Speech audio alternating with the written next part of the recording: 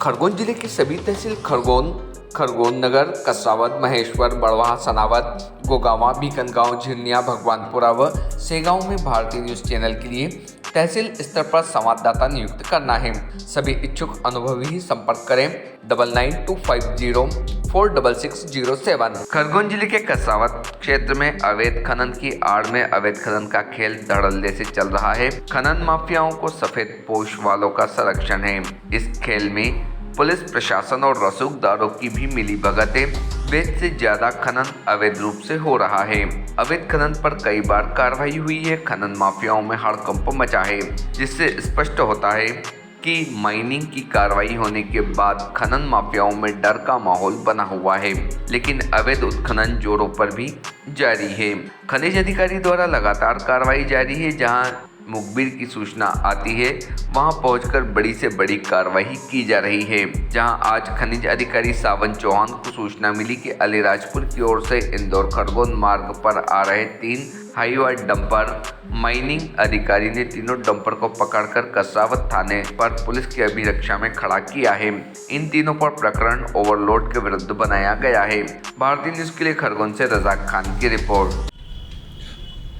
Sir, आज फिर dumper और पोकलेन पकड़ी है आपने, क्या कार्रवाई? हाँ, जैसा कि देख रहे हैं हम लोग यहाँ थाने पे हमने 3 बड़े हाईवा रखे हैं। इसकी सूचना सुबह 11 बजे के लगभग हमें एसडीएम कसरावद संगप्रिय साहब के द्वारा मिली।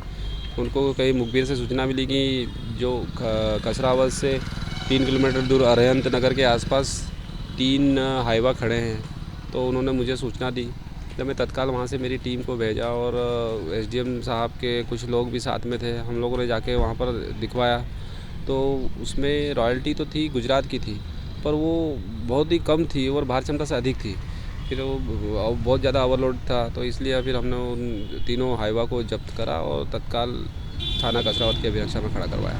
सर, इसमें कौन से धारा के अंतर्गत कर रही है? उसमें खनिज नियम 2022 के तहत इसमें ओवरलोडिंग भारत क्षमता से अधिक पे कार्रवाई की जाएगी। सर, निश्चित ही जिस गति से आप काम कर रहे हैं, जिस रोज ही एक कार्रवाई हो रही है, उसके बावजूद भी ये जो सिलसिला थमने का नाम नहीं ले रहा है, तो निश्चित इस पर कोई बड़े लोगों का हाथ है, क्योंकि इनके अंदर जो भय पैदा होना चाहिए वो दिखाई नहीं दे रहा। नहीं, ऐसा इसमें ऐसा नहीं है। बड़े लोगों का एक ये क्षेत्र है निमाड़ में, यहाँ पर एक माफिया की तरह काम तो नहीं होता है, पर चूँकि यहाँ पर बड़ी जगह है खरगोन और प्रधानमंत्री आवास योजना और उनके छोटे छोटे लोगों को रिक्वायरमेंट है, क्योंकि निर्माण काम तो कभी रुकता नहीं है और अभी पूरे मध्य प्रदेश में रेत खनन बंद है, तो कहीं छुटपुट कहीं चलता रहता है और कार्रवाई करते रहते हैं और भय तो है यहाँ पर। और इसका मतलब ये नहीं है कि अब हमारे पास खनिज में टीम भी इतनी है, पर हम लोग जहाँ भी हमको सूचना मिलती है हम कार्रवाई करते हैं। और हम लोगों ने पूरे ज़िले में भय का मतलब कि जो अवैध परिवहन करता उत्खनन करता में भय पैदा करके रखा है। जैसा कि आपने बताया कि निश्चित रूप से जो निर्माण कार्य चल रहा है उनकी आवश्यकता है, उनको लेकर डिपार्टमेंट ने कोई रूपरेखा बनाई, उनकी आवश्यकता कैसे पूर्ति होगी? 1 अक्टूबर से पूरे मध्य प्रदेश में जो खनन पे प्रतिबंध था वो हट जाएगा और हमारे यहाँ पर भी रेत के टेंडर हो चुके हैं, पर कोर्ट की वजह से कुछ समय के लिए उनको स्टे लगा है।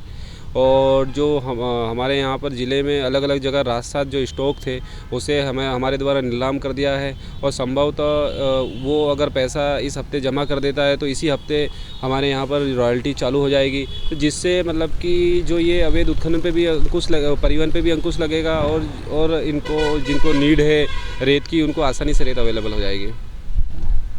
Subscribe now to most exciting channel ever.